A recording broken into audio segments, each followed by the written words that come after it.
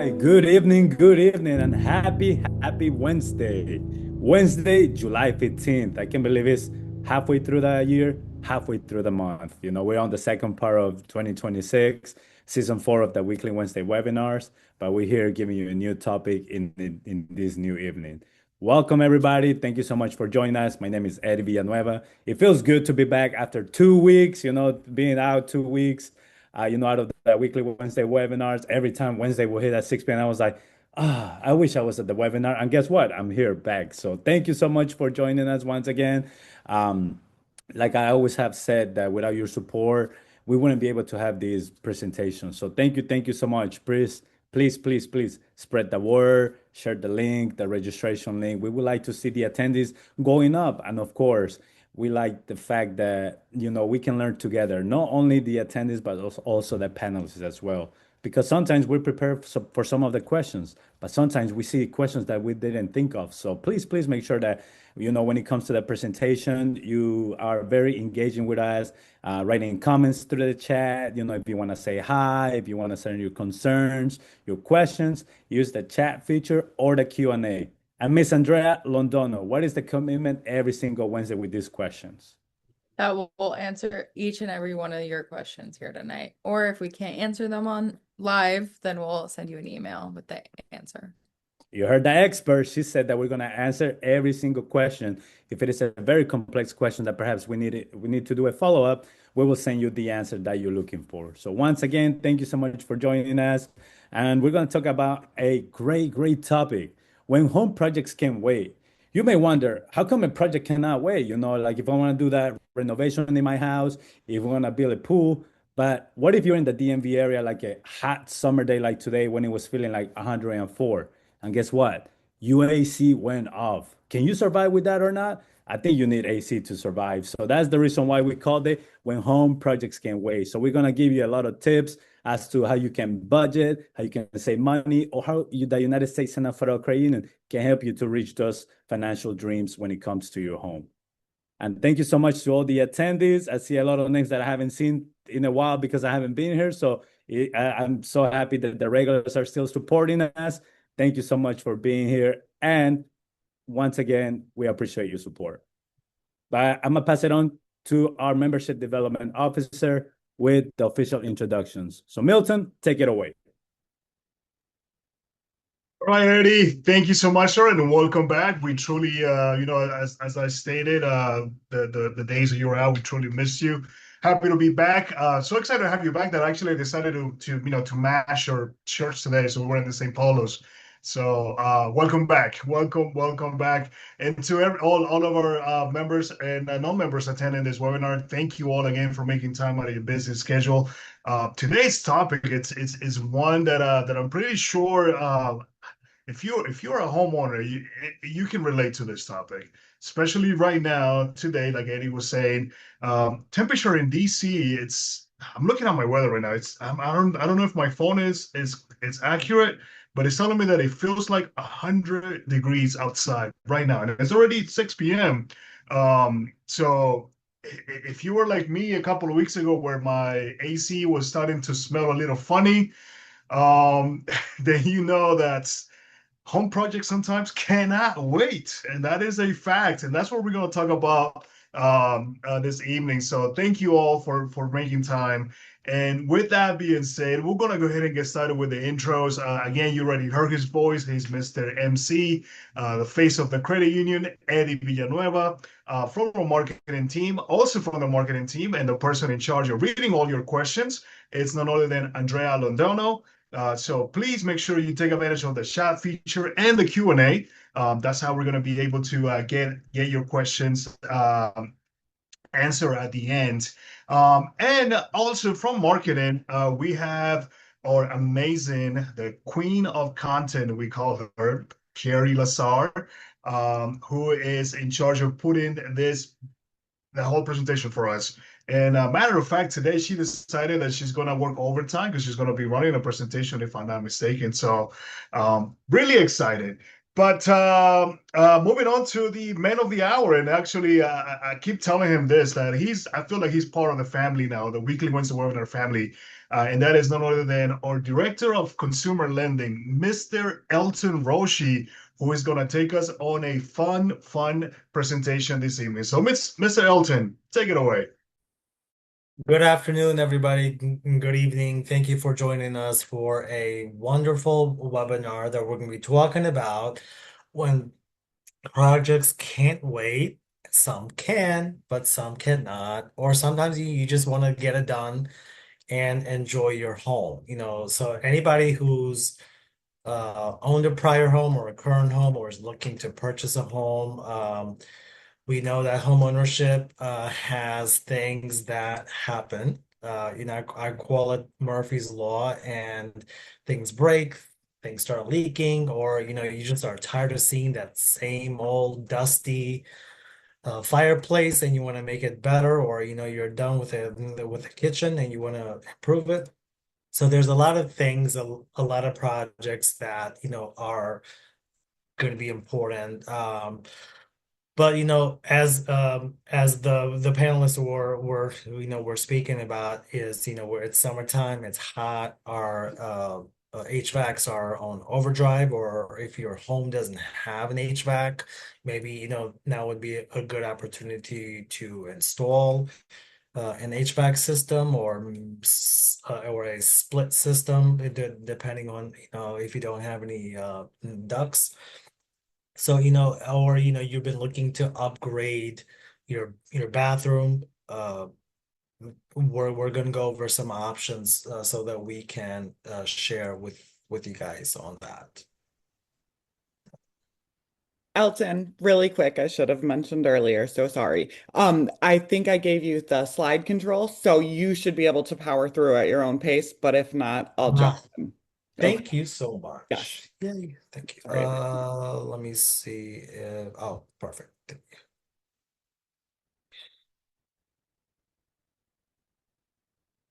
All right, so what we're going to be covering today, we're going to be covering prioritizing what is going to need attention.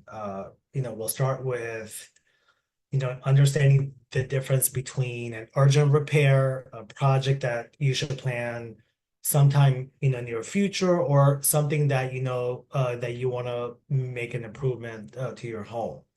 Then we're going to look at how to estimate the full cost of the project, not just the labor and materials, but also the permits, depending on the locality that you live, delivery, disposal, cleanup, and any unexpected costs and conditions that you didn't anticipate. When you peel back, you might find something that you didn't expect. We're going to talk about what's working about working confidently with your contractors, including how to compare estimates of what should be included in writing, and a few warning signs to watch out for as well. From there, we're going to compare ways to pay and what to consider when looking at the monthly payment if you're going to be financing, repayment terms, fees, and the total cost.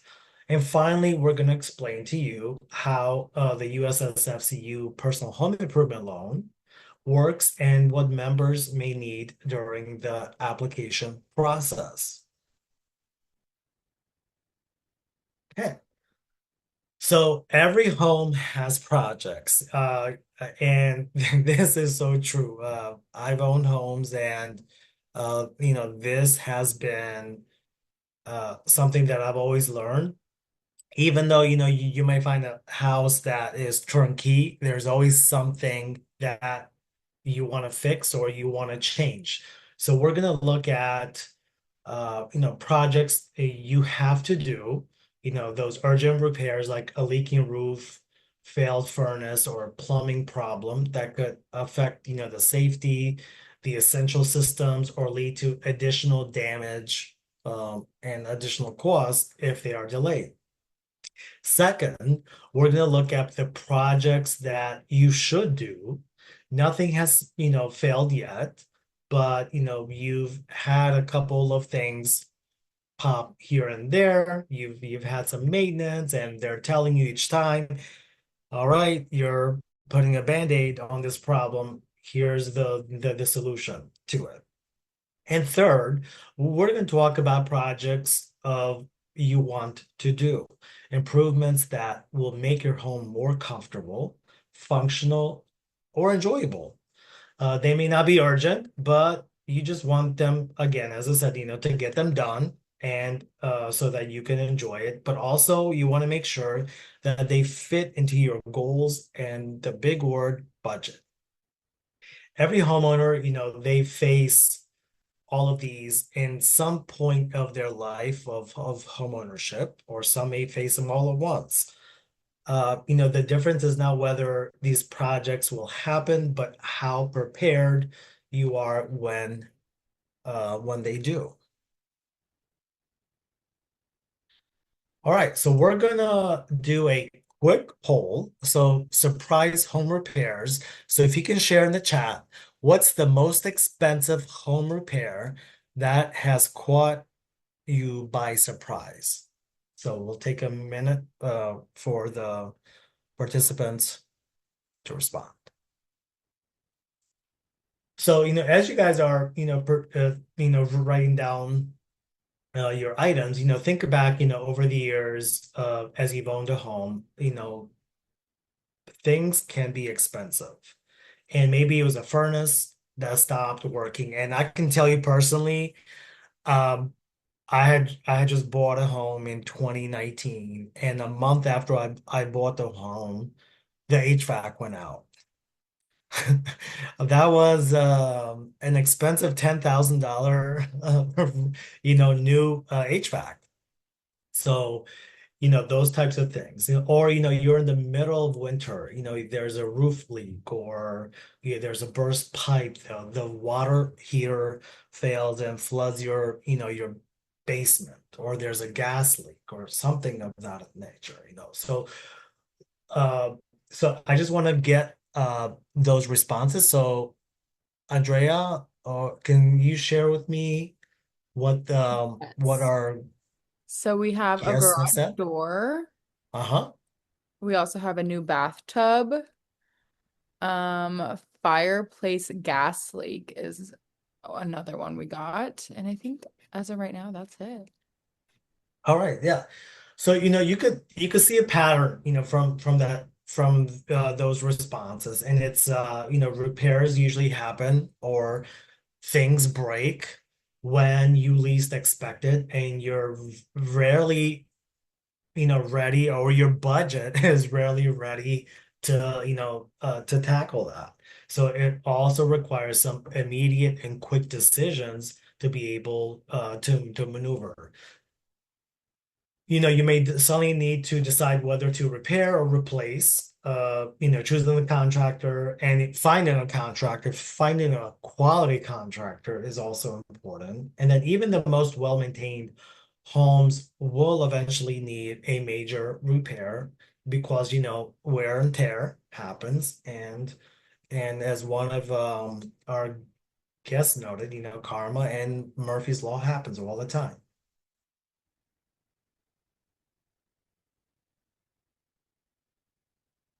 All right, so projects that can't wait.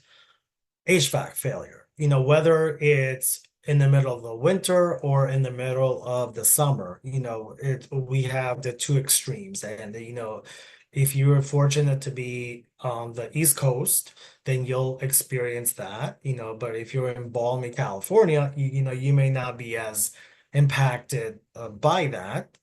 But anywhere where you're experiencing the four seasons and the extremes of some of those seasons, that's where it's gonna be felt. Plumbing or water damage, leaks, pipe leaks, water heaters, like those are expensive repairs. And sometimes uh these things are just cost prohibitive because of the jobs involved in that. Also too, appliances, like a dishwasher, going bad. The cost of a dishwasher is not that expensive, but the damage that it can cause, if it leaks and floods your kitchen, or it slowly leaks and it's leaking water, in your bottom floor or in your cabinets, that that could create some havoc there as well. And also too, some of these things can be presented during a home inspection. So like if you're purchasing a home, like these are the things that you want to review and to see, okay, if I were to go ahead with purchasing this home, what is going to be my cost to fix it? So if it's going to be expensive, then that could be an opportunity for you to get some seller concessions, during that process. Roof or storm damage, this happens. If you can hear in the background, I have a storm in the background, so it just these things just happen. So if you're like in the Midwest, tornadoes, in the East Coast, hurricanes, Florida hurricanes, so or in the winter, huge blizzards, all of those can be impactful. And then lastly, the electrical appliance or security issues. The electrical is probably one of the biggest expenses, for the simple fact that if you have a faulty electric panel or you have an older home, and you need to replace it to bring it up to code, or so that you could, plug in a Tesla in your garage or something, that that's going to be something to also to think about as well. All right, so when something breaks, the first goal is to make sure that you keep the problem from getting worse. So that may mean shutting off the water valve, if it's in your basement, or you have an area to do that, or make sure that you're turning off the power to the affected area, and moving belongings away from a leak, or calling for an emergency professional. And sometimes, when you call them, they take hours to come. So, and that's because, they may have other emergencies they're experiencing as well, too. Once the situation is under control, then determine how urgent the repair really is. Some problems require immediate action. Others may give you time to gather, information, compare estimates, or just avoid an emergency service charge. Because after hours, it can get very expensive. Next, and I think we often forget to do this, is check whether you have warranty or your homeowner's insurance may cover part of the cost. I know that with your water bill, like you can purchase additional protection. I know, like, for us, we have that ability where you can get sewer backup protection or pipe protection if there's an issue with any of the pipes going in and out of your property. And most of the localities don't pay for that. So you want to make sure or your homeowner's insurance may have a rider that you can add that type of protection as well. And then, request a written diagnosis and estimate. Make sure that you understand what has failed, what work is being recommended, and what is included. And, don't hesitate to ask for additional clarification. Don't just go by somebody's word, have them explain it to you. And so that, if it makes sense, you can understand it better. And you can also, as the person's telling you this is what's going on, you could Google it as well too, and to make sure like that is what this person is telling you make sense. And also too, like, this is also the time to ask whether a repair or replacement are both realistic options. And a good contractor should be able to explain to you the trade-offs clearly. You want to be able to say, okay, hey, can I hold off and someone who's trustworthy and honest and someone who has integrity in their work should be able to say, you know what, yes, I could patch it up for you, and in 6 months you need to really focus on this, or you know what, like I can't, like you really need this now to prevent any future damage. All right, so are we going to be looking at repairing or replacing? So that is one of the biggest questions that homeowners face. Unfortunately, there's not one size fits all. The right decision depends on the age of your system, the type of the problem, the cost of the repair, and how much useful life you can reasonably expect if you fix it. If the equipment um, is relatively new, the problem, is probably isolated, and the repair is expected to restore it to the condition that it was before it broke down. Repairing repairing it may make the most sense. On the other hand, if you're calling for repairs every year, the system is nearing the end of its expected life cycle, or the repair costs continue to add up, then replacement may actually be the better long-term investment. An example of this would be, if you're shelling out $1,000 every year for your HVAC and you've been doing it for the last 5 years, okay, so maybe this may be a time to really weigh, okay, what is going to be the cost of a replacement?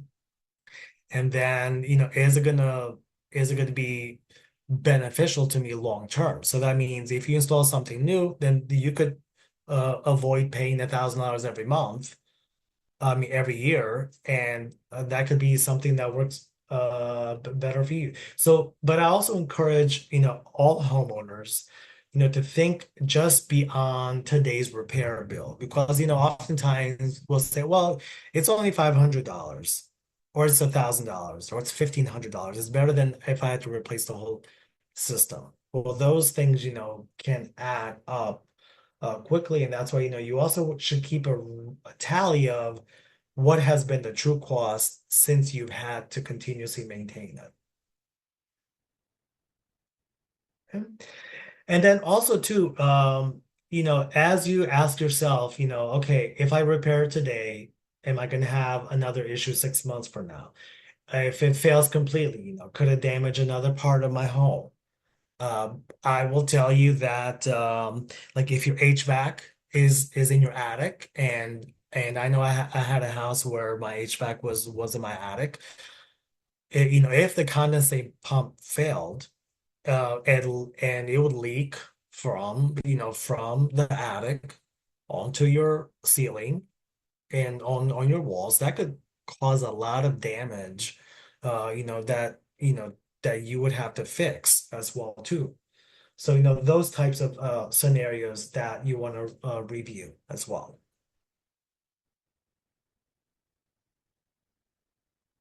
All right, so the next we're going to talk about paying for an emergency repair. Once you've decided what needs to be done, how am I going to pay for it?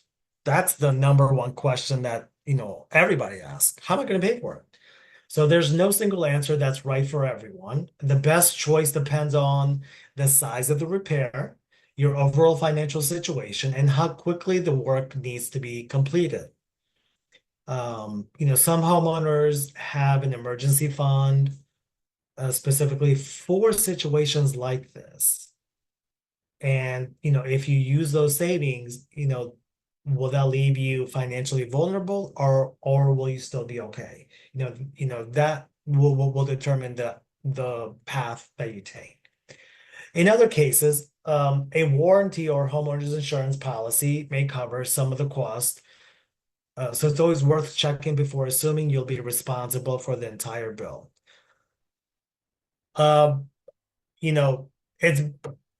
Yes, every home has like homeowners insurance. But we know just from experience, I should say, that anytime you're using your homeowner's insurance or insurance that you've been paying for years and years and you haven't had a claim, and then once you have a claim, then that could that could potentially raise your bills in the future. But if the cost is extravagant, say that, you had a flood in your basement and it's going to cost you $50,000 and your, insurance covers, then, then you should use your homeowner's insurance.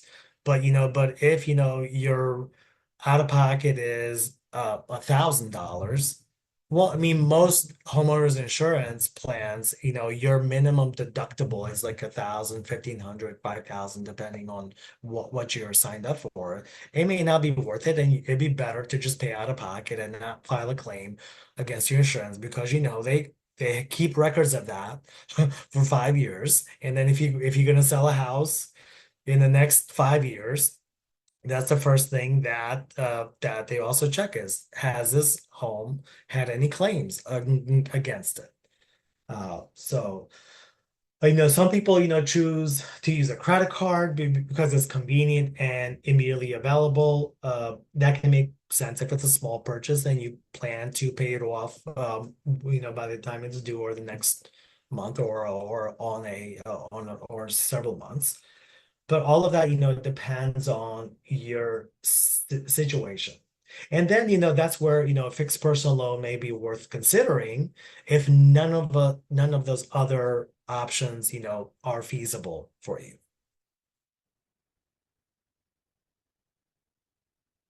Right. So, what is a personal loan? A personal home improvement loan. A personal home improvement loan is exactly as it's stated. It is a unsecured loan that is used for improvements to your property, and that can be for property that you own as your primary, a secondary home or vacation home, a rental property as well too. There's no equity or collateral required because, again, it's a personal loan, and it's personal loans in general are fixed rate, and you have a fixed monthly payment, and there's no appraisal or closing costs that are associated with a personal loan. But as you're researching, make sure that you're finding out that there's no closing costs when it comes to personal loans, because there are financial institutions out there that do charge an origination fee on a personal loan as well too. So you want to make sure you're doing your research if you're going to be doing a personal loan home improvement. Okay. So next, we're going to talk about the projects you should prioritize. So far, we focused on projects where something has already gone wrong. This next category is different because, nothing has failed yet, and that gives you something that, you could be better prepared for. These projects are easy to postpone, so your HVAC is still running, just some repairs. Your roof may not be leaking, but it's showing wear. Your water heater may still work, but it's becoming less reliable. The warning signs like repeated service calls, unusual noises, rising utility bills. Well, that also stems from, these utilities constantly raising these rates too. But, it could be where your home is not properly insulated. Your windows are old, so there's a lot of draft, coming through the windows, through your doors, through your attic, through your basement. So all of those play a factor in it. The advantage is that, you still have choices. You can obtain estimates, research, plan the expense, and schedule the work before it becomes an emergency.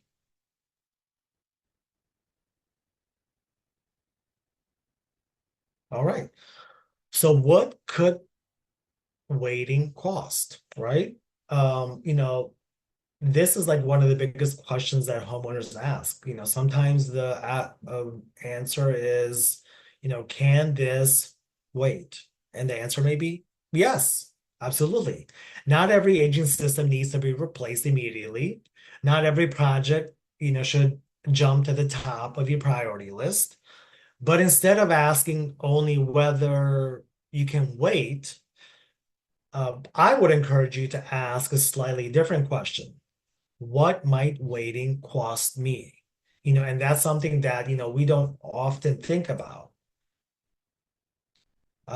So, if your HVAC system is requiring more frequent repairs every summer, waiting for another year may be sensible. Or, you just might need to do another expensive repair, higher utility bills. I mean, I can tell you, in the summertime and the wintertime, my utility bill from the HVAC running is like $400 easy. And so you think about, okay, if I'm paying $500, I've even seen people's. I was speaking to someone the other day, and they're like, their utility bill. They have a bigger house. Their utility bill was $1,000, and I almost dropped to the floor. I was like, oh my gosh, that's a lot.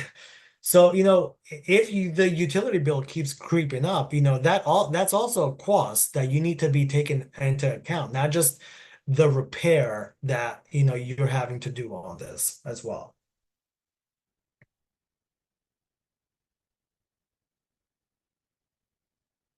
Okay, so next we're going to talk about, improvements that may lower ongoing costs. So one of the benefits of planning ahead is that you have the time to think about beyond simply replacing what broke.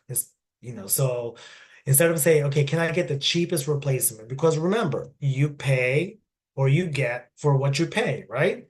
So you want something that's not just cheap, you want something that's quality, that's going to last you. If it's going to cost you a mid-price point, and it's going to last you longer than if you got the cheapest, then you might have to get the one that's midpoint. Or if you want the most expensive because you want the bells and whistles, you want the two-stage heating system, then that's something that if it meets your budget, then hey, well, why not? So you want to look at understanding the whole picture. Don't just focus on the purchase price, but also focus on the advertised and also not only on what they advertise as the energy savings, because those are just averages. Those may not take into account your unique situation with your home, because if your home is facing sun all day long, your HVAC is going to run all day long, versus someone who has partial sun, or or in the winter you have no sun, it's going to be colder, so your HVAC is going to be running more than someone who has sun, and that natural sun heat is coming through the house. Making sure, and also to look at a efficient HVAC system. So what you look for in the HVAC, it's called a SEER rating, SEER. And then look through your utility company. They do offer rebates. If you install a SEER rating, I believe it has to be at least from the ones that I've looked at, has to be a SEER rating of at least 15.2 or higher to qualify for any rebates. But also you want to see, okay, if I install a 15.2 and then they give me a $500 credit or as a rebate, and then you want to look at what is that cost of that project, and then compare it to a SEER rating below 15.2, like a 14, and then see what that total cost of that HVAC is, and if you installed a 15.2 or higher versus a 14, is the cost going to make sense for you? The same thing with insulation. Make sure, like, if you're going to be re-insulating your attic, I believe you have to, it has to be, I believe, a R rating 15 or higher, from the ones that I've reviewed with utility companies to get a rebate. The same thing with the basement installations, you could get up to 75% of the cost, but it has to meet their specifics. So you want to look at those specifics to qualify for those rebates that those utilities companies have. Another thing you also want to ask yourself is, how long do I expect to be in this home? Because if you're planning to move it within the next 1 to 2 years, then doing a lot of these upgrades may not be beneficial in sense of like you're not going to be enjoying them. But if you need to replace an HVAC to make your home, sell more quickly, then that could be something that, would be advantageous to do. Are you going to be able to recoup your costs within the time frame before you sell?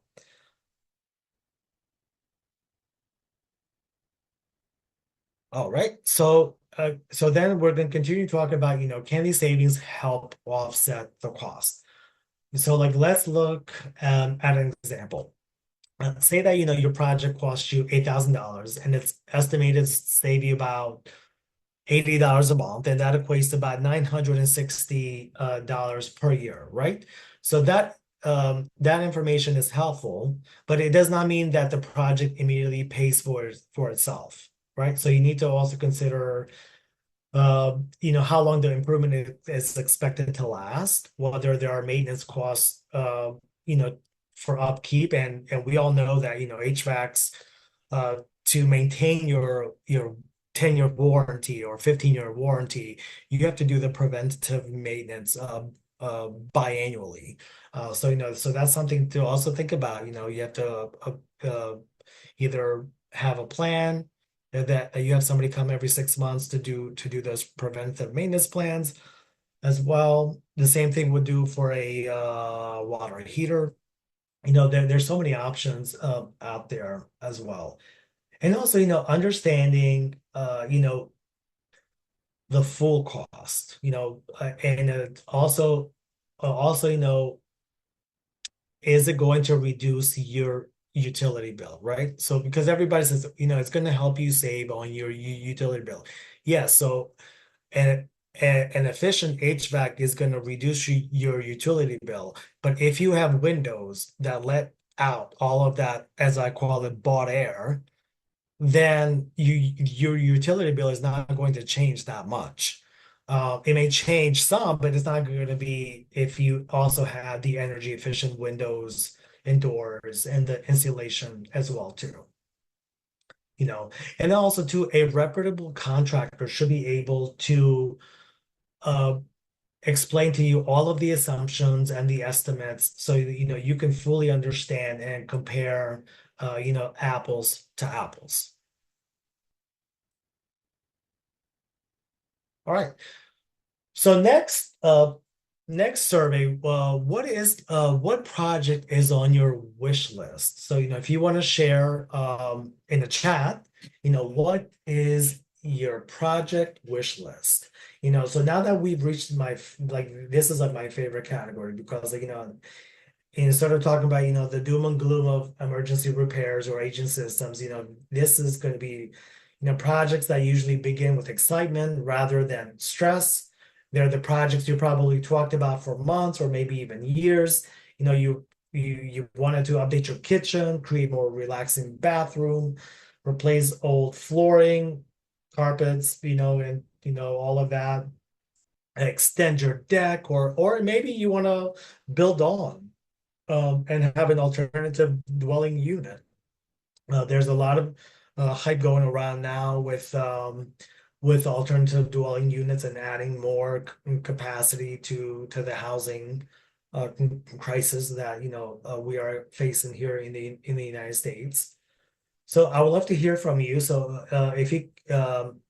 if Andrea, if you can share some of the feedback, please.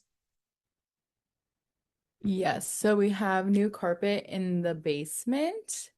We have new kitchen, complete repiping, add recessed lighting in the basement rec room, and I think that's all right now. That's it.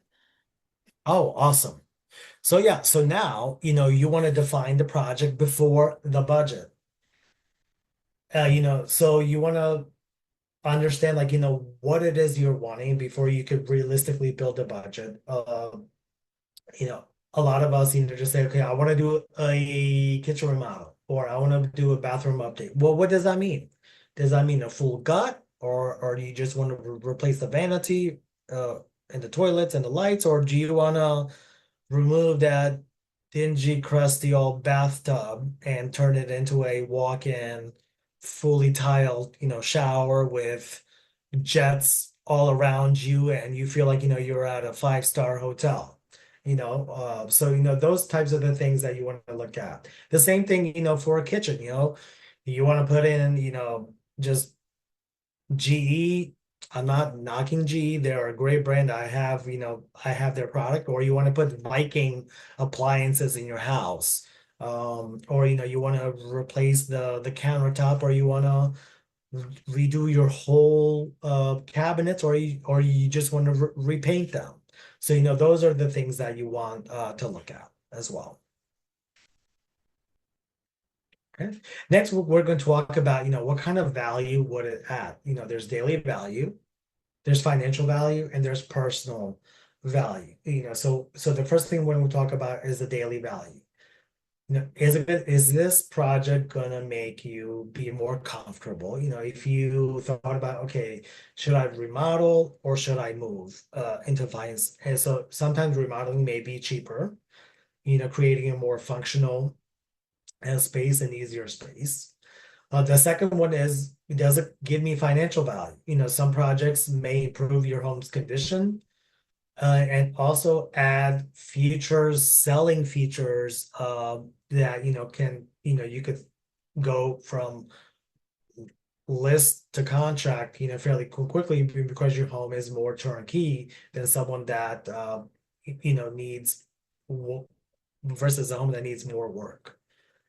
And then finally, we're going to talk about personal value. This is the question only you can answer. Like, does this add value in terms of making it more spacious, or does it make you feel like you're in a five-star resort, or like, do you see it like staying there 5-10 years after you make these improvements? Those are the things that only you can provide to answer that question.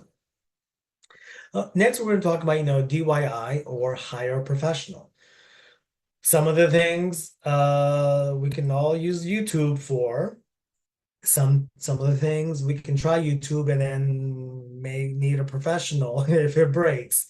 Some of the things that you could do yourself obviously would be painting, but if your knack is not painting, then finding someone that could do it for you cheaper. Because I truly believe in time value of money, in the sense that I would rather pay money and have it done, one, quickly and with quality, versus I could DIY something, but it may take me 6 months if I'm working long hours, and I have a child I'm taking care of as well too. I may not always have the time to focus on remodeling my bathroom, or redoing the hardwood flooring, or doing the decks, or the outside deck, or whatever. But some of the things that you definitely need a professional for, or I highly recommend if you're not hands-on and don't have that skill set, would be electrical work. You don't want to mess with that. Plumbing, anything with plumbing. I can change a faucet, I can give you new hardware, but once it comes to a leak, I stay away from that. Roofing, structural work, HVAC installation as well too. Those are the things to think about. All right, so now we're going to build the full project budget. Our favorite word, budget. You should always have a budget. You should never go in not understanding. So so you start with a contractor's estimate, and from there you want to make sure that you understand that you may have overages that you didn't anticipate. When the contractor is demoing and they're pulling things back, and there may be mold you didn't anticipate. There may be rotting wood on those subfloors, and you got to replace those, or X, Y, and Z. So I would estimate at least 10% overage from what they're estimating you. And just so that you are prepared, is the contractor going to do the permits for you and inspections? Or because some localities require permits. So are they going to do that for you, or are you going to have to do that for you? I'd rather have them do it because they know how to do, that type of stuff versus me having to go figure that stuff out. The delivery and disposal, have you is that in your contract that they're going to take out the old and dispose of it, or are you going to be responsible for it as well? The cleanup and finishing, that's also important because you don't want them to leave your house a total, like, are they gonna clean up after themselves after they're done? And we talked about, the unexpected items as well. All right, so working with the contractor, make sure you get multiple quotes. Don't rely on just one person. You want to ask multiple individuals because you'll see varying the estimates. Some will give you the cheapest, some will give you the most expensive. In my experience, when they gave me a very expensive quote, it means like they really don't have time to do the job. So they give you a high quote because they don't want you to end up, choosing them. That's been my experience, but maybe others, don't have that experience as well. So again, like, just make sure like you have full understanding of the whole scope of the project, and make sure they're licensed, they've got insurance, they're bonded. Make sure they give you warranties, and so you want someone who can guarantee their work as well too. And then make sure any changes are written and documented from what you had negotiated previously. All right, so next we're going to focus on comparing ways to pay. If you have the savings in your account, and we're talking about non-emergency funds, because at this point we're talking about projects that you want to do, using a credit card. If there's promotional financing available, I know that some companies, if you're purchasing their hardwood flooring or carpets through them, they'll do promotional offers, but making sure that if you don't pay it back in that time frame, then all of the deferred interest is going to be added, and then they'll jack up your interest rate as well too, if you don't pay it by that promotional period. Personal home improvement loan, and then the other option is the home equity financing. So this scenario is talking about what a payment would look like for a $5,000 at 36, a $10,000 loan for 60 months, or a $20,000 loan at 84 months. For illustrative purposes, the APR of 7.74 with USSFCU is our as low as rate for 5 years. And you might find offers out there that are 20%. So this $10,000 estimate for 20% for 5 years. So you could see at 7.74 what the payment would be at 202, or at 20%, for 265. And you would just take this $63 interest extra per month times 5, and that gives you what your total interest you would pay on this 20% loan above if you went with the 7.74 loan. All right. And so, like, again, the personal loan, the home improvement loan, is an option where there's no equity. It's a fixed rate. There's no appraisal. There's no closing costs. It's eligible repairs and improvements. We would just need a a contract estimate of what you're going to be fixing, repairing.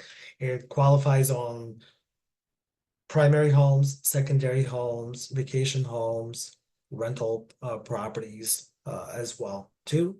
This would be great for someone who doesn't want to tap their home equity because they plan to sell in a near term, or they don't have the equity because they just recently purchased it, or their home value has not increased to warrant the repairs or the cost to do the project.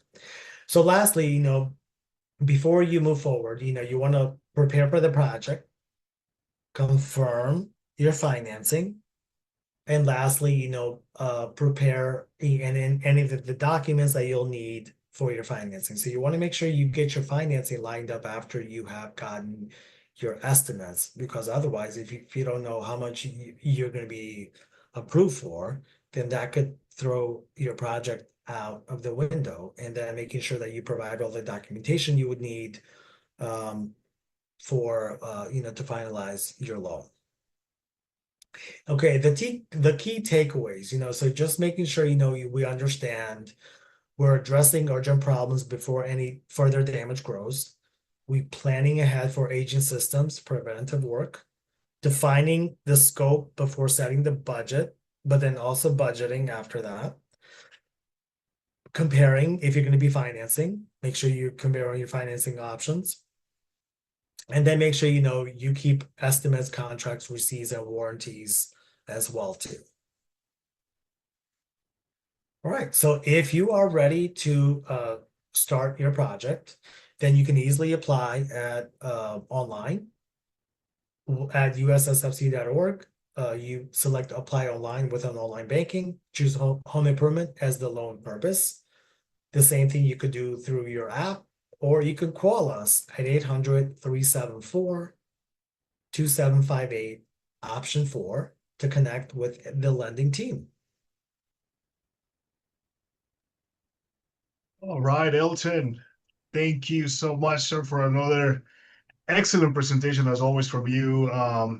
You know what? I really hope that and let me just take a step back. I know I saw a lot of participation from all of our attendees this evening. It just truly goes to show that having a plan, it makes a big world of a difference, if you will. But if you don't, just know that you have our partners here, the United States Senate Federal Credit Union. Just give us a call, 800-374-2758, option 4, and we'll be able to walk you through, give you all that information, answer all your questions that you have. And again, it will be our pleasure to assist you. And that's the reason why we're here, right? The United States Senate Federal Credit Union. And staying on the topic of questions, Ms. Londono, do you mind reading those questions? I know that the chat was busy doing the presentation, so I'm pretty sure we have a handful of questions there. So let me hand it over to you.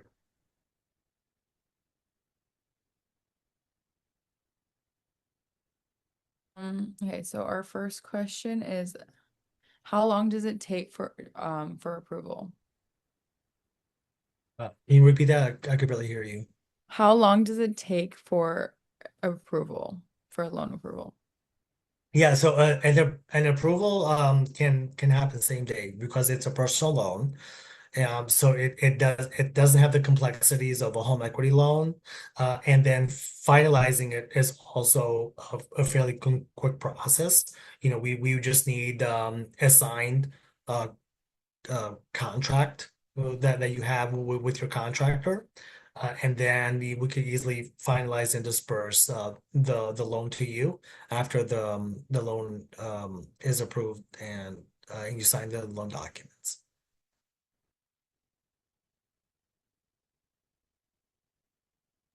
Elton, I have a question.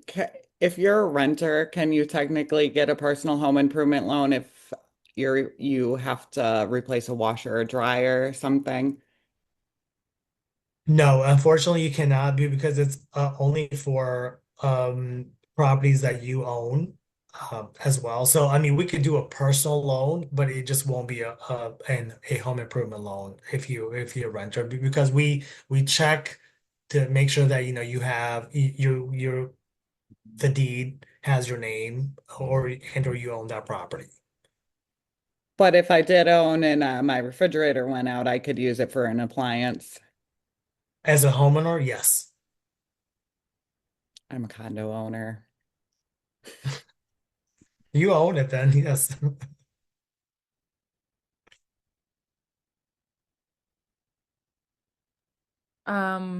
What factors does the credit union consider when reviewing a personal loan application? Yeah, so we review your application holistically. What I mean by that is when you submit the application, we're looking at uh, you know, your employment history. You can have, current prior employment history is a staple. Is we're looking at does your income support the request? We look at your credit history. Are you utilizing a lot of unsecured debt? Do you have a lot of are you escalating your debts, or do you have normal debts, a mixture of debts, or you may have zero debts? So we do look at the entire picture just to make sure that our members do qualify for the amount that they're asking. An example would be, with a home improvement loan, you can borrow up to 125,000. Uh, but you need to be qualified for that. What qualifies you? It's not just the debt to income ratios or the utilization of credit, but also can you support this debt? Do you have the comparable experience, for this type of debt? Like if you just came out of college and you bought a home, then you've qualified for for a mortgage. So if you need like a 15, 20, $30,000 loan, you know we will review to see if you qualify for that. But the one thing that I can give you is a decision as to whether you would be approved or declined, because we do have to have an application to be able to determine whether someone qualifies for the full amount they're asking, or what we call a counteroffer amount, that we may not be able to give you the full request, but maybe a lower amount. What's the limit on the amount you can borrow on a home improvement loan? Yeah, so up to 125,000 is our maximum. Thank you. And we have a question for Carrie. I missed the last two webinars due to being out of the area. How can I review the previous webinars? I tried looking through YouTube before and couldn't find the previous sessions. Carrie, you're on mute. You're mute, Carrie. Carrie. Carrie, you're mute. Sorry, I thought I unmuted myself. We should have them up there, maybe not the credit cards with confidence, but if not, I'll make sure that one gets up there today. I think there was a kind of a weird thing that happened at the end, so that involved me, so I was like, oh, maybe we don't post this one, but now that somebody actually wants it, I'll post it for sure, and then I'll look through the chat, get the person who asked that, and send the links directly. Sorry. Maybe I should have stayed on mute. Thank you, Carrie. And then we have another question. In 2024, I received a loan from a different credit union to finance a solar panel slash backup generator battery power system that has reduced our monthly electricity bill to $23 plus we've received over $500 selling C-Rex. We have a balance of 59,000 and interest rate is 8.49%. Would I have a lower interest rate slash save money if I borrowed from USFCU to pay off the loan with the other credit union? Yeah, so I'm not able to answer that specifically because that is a individual, a specific request. However, we can speak with you after this and be able to determine whether this if there is an opportunity to be able to help you save money from your current loan that you are paying. And I believe those are all our questions. There was a question from one of the members earlier asking about Hold on. Solar panels. no, would you Waterline recommend protection. Would you adding recommend the extra outside water line protection? And what I would say to you is that check with your homeowner's insurance, and then also check with your water utility to see what protection each of them would offer. I highly would recommend adding some sort of water line protection because normally if there's a sewer backup that comes into your property, ultimately I've never met a locality that would be like, oh yeah, well, we're going to pay for it. Normally it's the homeowner's responsibility.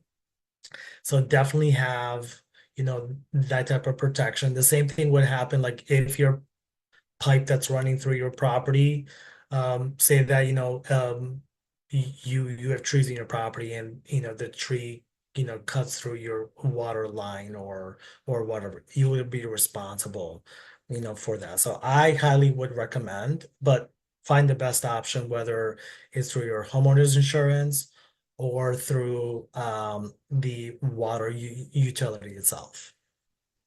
Okay, thank you. We do have another question. Does USFCU offer homeowners insurance in Los Angeles or California? Uh, Andrea, I could barely hear you. Does USFCU offer homeowners insurance in California? Homeowners insurance? Is Yeah. that right? Yeah, so we do not offer homeowners insurance services. So you would just have to reach through a licensed insurance agent to be able to offer that. But we do offer home improvement loans in California, but just not homeowners insurance. So Elton, what's your opinion on solar panels? It it depends. Because I know there was and someone said, they have solar panel with a backup generic, and generic is a great, a great option to have because you never lose power, obviously, when there's a power outage. Um, but it depends on uh, like how long you plan to be in the home, and also too, it is the cost of it going to be recouped within 7 to 10 year time frame. I believe 7 years is like where it makes more sense. Like, the cost of the solar panels and the savings that you're getting are going to be recouped in that 7 year, period.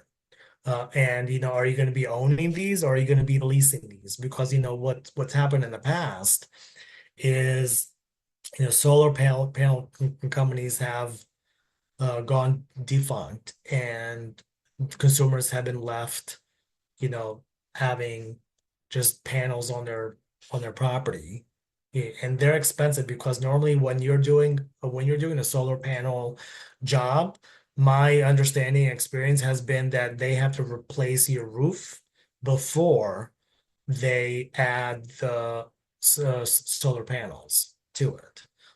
So you have to think about those costs as well. But it's all individual, to be honest with you. It's going to be based on, maybe if you live in a high utility state, that could be beneficial. You live in the area that you have a lot of sun, and you'll be able to, as this person, sells back, all those credits back to the utility company. Yeah, so you got to look at all those options, and I would go through like a reputable company. Um, I mean, I don't advocate like any individual company because there's so many out there, but like, personally, like start with like example, like Costco. Like Costco offers solar panel companies that can give you quotes as an example, or Sam's Club or BJ's, or your local one. I'm not advocating any individual one, but start somewhere, get all of the quote options, and then compare them and see if it truly makes sense for you to go through that process. Well, awesome, Elton. Thank you so much. As always, we truly appreciate your expertise. Andrea, I see you coming off mute. Was there another? Yes, we have Sorry. another question. What's Go ahead. what's the interest rate on a home improvement loan? Does it depend on the amount borrowed? That is a great question. So as I said, with our personal home improvement loan, you could do up to 125,000. The loan term can be between 5 years and 20 years. What determines your interest rate are two things. One is your credit score, and the other one is the loan term. Our rates start as low as 7.74. And then you can go all the way up to 20 years, and the 20 years it's as low as 9.49. But if you only need, something that's like 15 years, our lowest available rate, it's as low as 8.99. So you can see that the shorter the term, the lower the rate. So that is what is determined for the rate. Elton, could somebody go to the loans, basically with Clutch platform to play around with the numbers and the pre-qualification for this loan? Yeah, absolutely. Yeah. So on our website, we do have a pre-qualification tool link, and you can go there, and then you'll be able to look at your pre-qualification offers before you submit an application. Make sure your credit report is unlocked to be able to see those offers. It's a soft pull. When you're ready to apply, then you hit submit. Then that's when it converts to a hard credit inquiry, because you're submitting the application. While you're in the portal, you could look at if you borrowed 50,000, 60,000, what your estimated payment would be, and based on the term that you are selecting as well.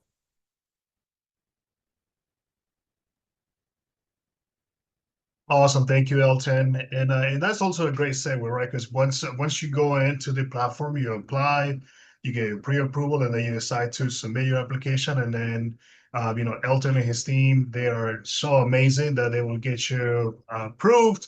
The funds gets deposited into your account. Now, what happens? And the reason why I say this is a great segue, because next week we're going to talk about all about digital money, what to know before you tap, if you're going to tap your contractor or the company that is doing the work. Are you going to send them money electronically, or are you going to do it traditional, right? So you go to the credit union, you request for a check, and then you go ahead and hand them a check, in some cases even cash. But if you like to do the previous ones, and want to take advantage of the digital pay, we have a great presentation for next Wednesday. It's all about digital money. What to look out for. We want you to take a closer look at all the tools that are available for you, and that you can use here as being a member of the United States Senate Federal Credit Union. So again, come and join us next week. It's going to be another great presentation this evening. Again, I want to thank Mr. Elton Roshi for providing us your expertise, Elton. It goes to show you that this is your passion. I know you are really. I see Lendon and I see Elton. Like, you guys go hand in hand. It truly it's that. And so every time you come out here and do this and provide your wisdom to everyone, it truly is appreciated. Don't forget, this is being recorded, so we're going to have the recording in our website here very soon, hopefully by the early next week, right, Carrie? Yes. Awesome. And with that, Elton, any closing remarks? And then Mr. Eddie Villanueva, if you can bring us home after. Thank you so much for the opportunity. And then, if you have any questions, regarding how to start home projects, don't hesitate, to call us. We'll try to steer you in the right direction, with what you may need. So, yep. Thank you so much. And before we go, I just want to give a special shout out to the member that was talking about the previous recordings. They also sent a comment saying that they have been in their home for 2 months. So that's a great accomplishment, So congratulations to you. You made it to the 2 month mark, and more to come. We can't wait to hear your experiences. How is it? How was your journey with, the home owning? How is it going? So, they say, please no bad karma. So we don't wish nobody No, bad karma. All nope. the best wishes to everybody and blessings. Only fun projects. Only fun fun project, exactly. So when you're ready to make that addition to your home, maybe adding a pool, whatever it is that you want to do, we'll be ready to hear from you. So thank you so much on the panelists team, Elton, Carrie, Milton, and Andrea. You all did a fantastic job. And to all the attendees, thank you so much for the engagement, the comment, and the questions. We can't wait to interact with you next Wednesday at the same time and the same channel. Thank you so much for your support. Have a great evening. Thank you. Have a good evening, everybody. Night, everyone.